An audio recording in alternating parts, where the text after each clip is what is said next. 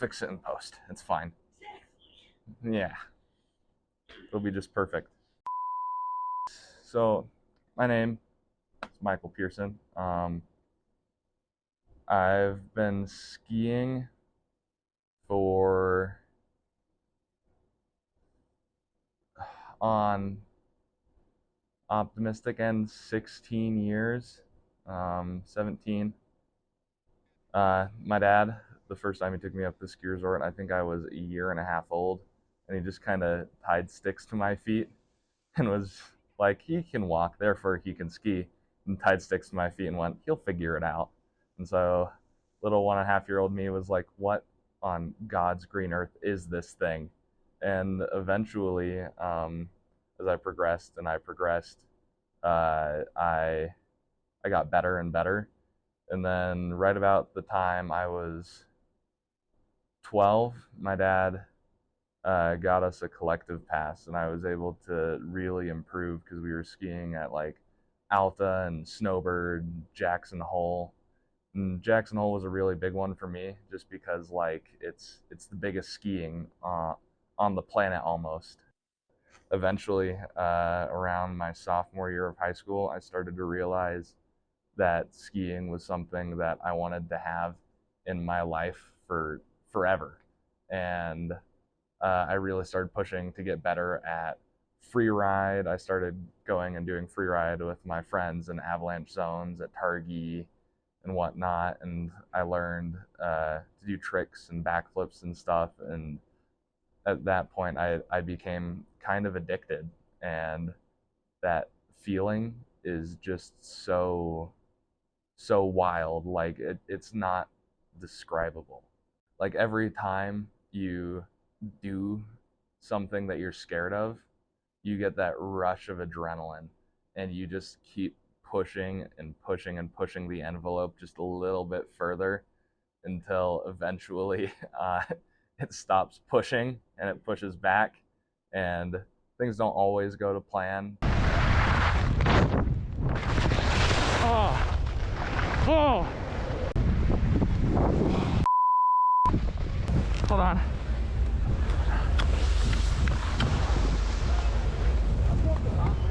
Oh, there we go. Thank God. Ow. What'd you do? Dislocated my thumb.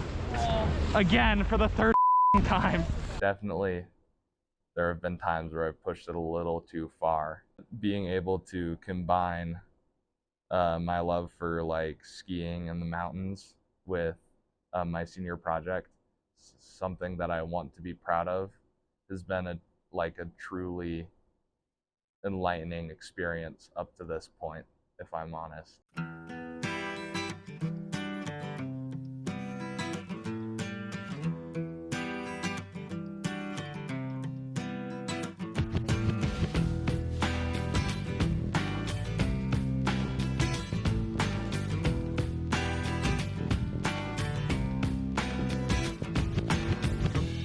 Sometimes I feel the fear of the uncertainty stinging clear.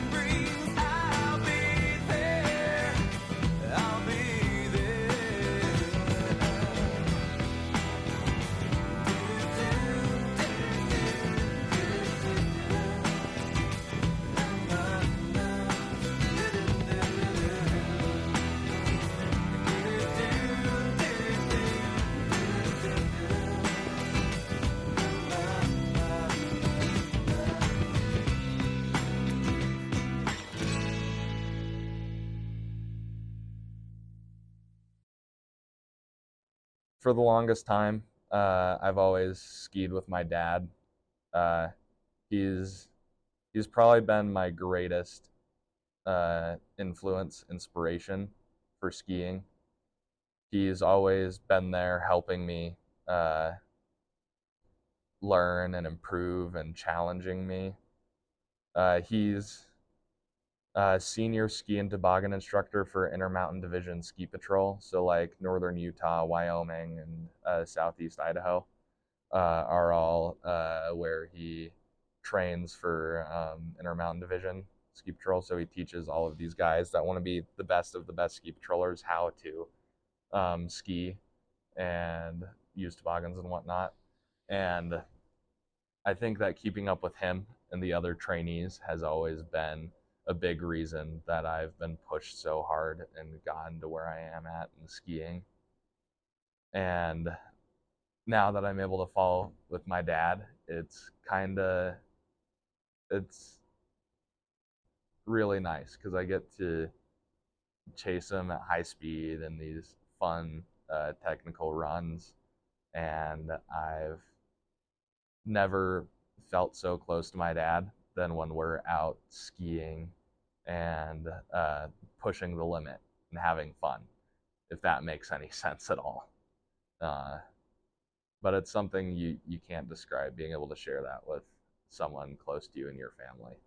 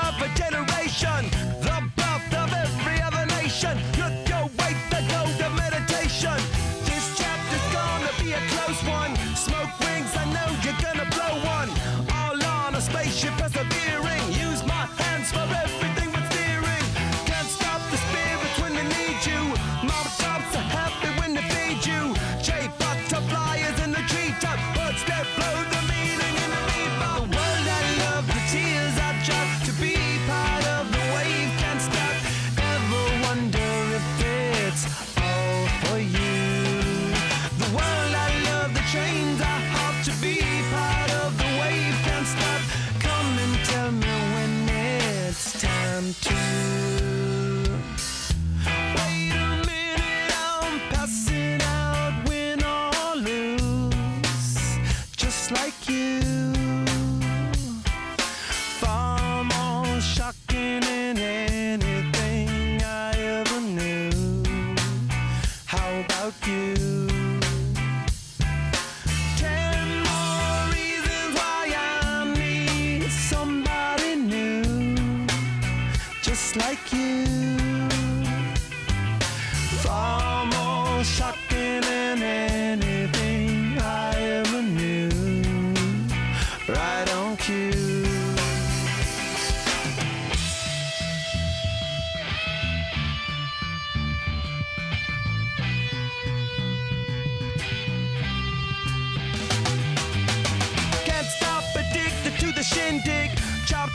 says I'm gonna win big.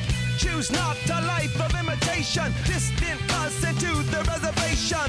Default the pistol that you pay for. Just pump the feeling that you stay for.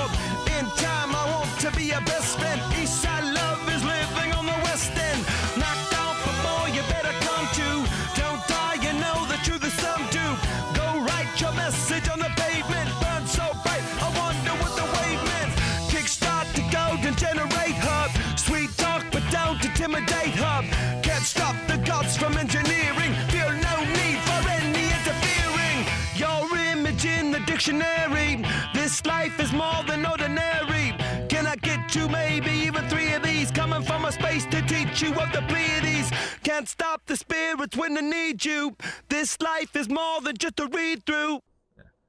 So Bridger Hansen is someone that I've skied with for a really long time. I think I ran into him at my home mountain around 3rd or 4th grade, I think. And for the next few seasons, we skied together every Saturday there just because our dads were both on ski patrol and we'd see each other every weekend. So we got to ski together a lot. And this man has no respect for gravity whatsoever. Like, gravity, nah, don't need that. Fall damage doesn't exist. In his eyes, anyway. He'll just do whatever. Just because he's like, this seems like a good idea. And then he'll do it, even if it really is not a good idea. Being able to ski with someone like that is truly a gift, in my opinion, as far as skiing goes, because having people that can push you and push back are something that's really rare to find in skiing, in my opinion.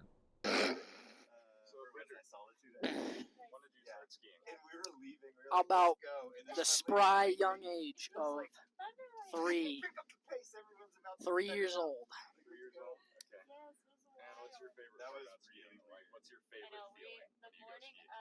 My favorite feeling is throwing some absolutely massive tricks on some booters and throwing some tricks for the birds, the chicks, the ladies, the baby girls.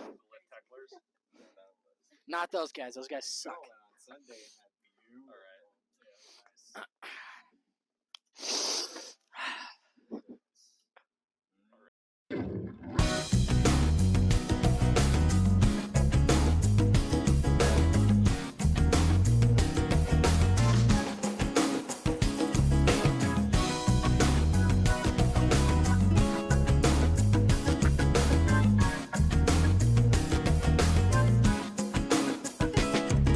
The sky turns to a different shade of blue after the rain. My mind turns to a different point of view after the rain. Ooh, my mind.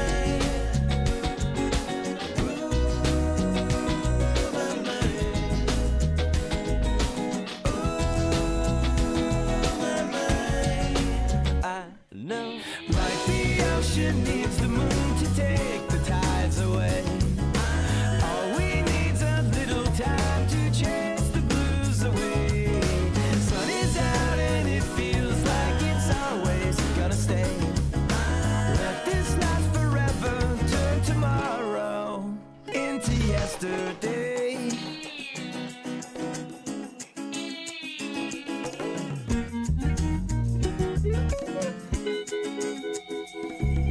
Now all those clouds have nothing left to do after the rain. And all those doubts have drifted out of you after the rain. Ooh, my mind.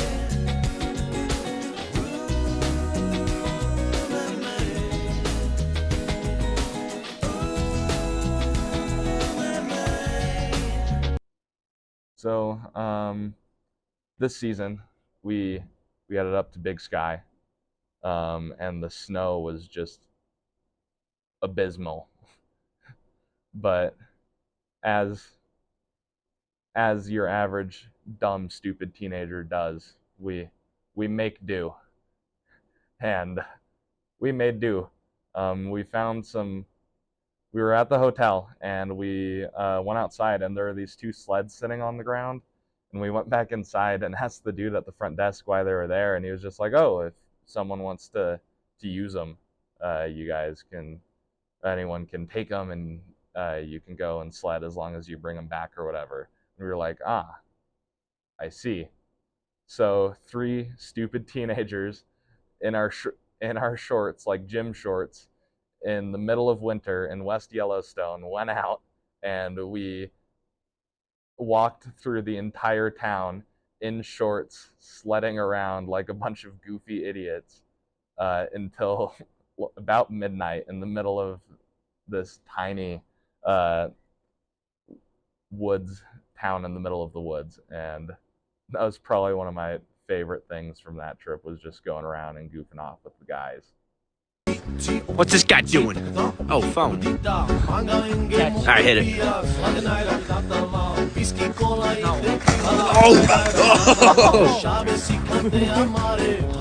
Oh.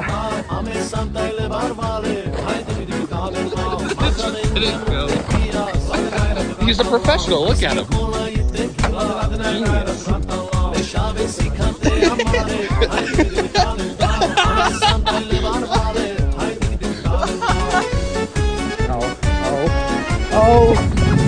Oh, I'm going for the jump. That Bigfoot? Is that Bigfoot? Where? Oil plant. So here in this segment, I went to Targhee with one of my friends, and he was not nearly as comfortable as I was, so I had him go and ski down a run a ways below mine. That was just a straight groomer blue run. And without scoping this run out beforehand, I ski in through this avalanche gate up at Targhee, and as soon as I go through the avalanche gate, I can see that it just goes down, like just straight down. And I go, "Oh, that's a problem."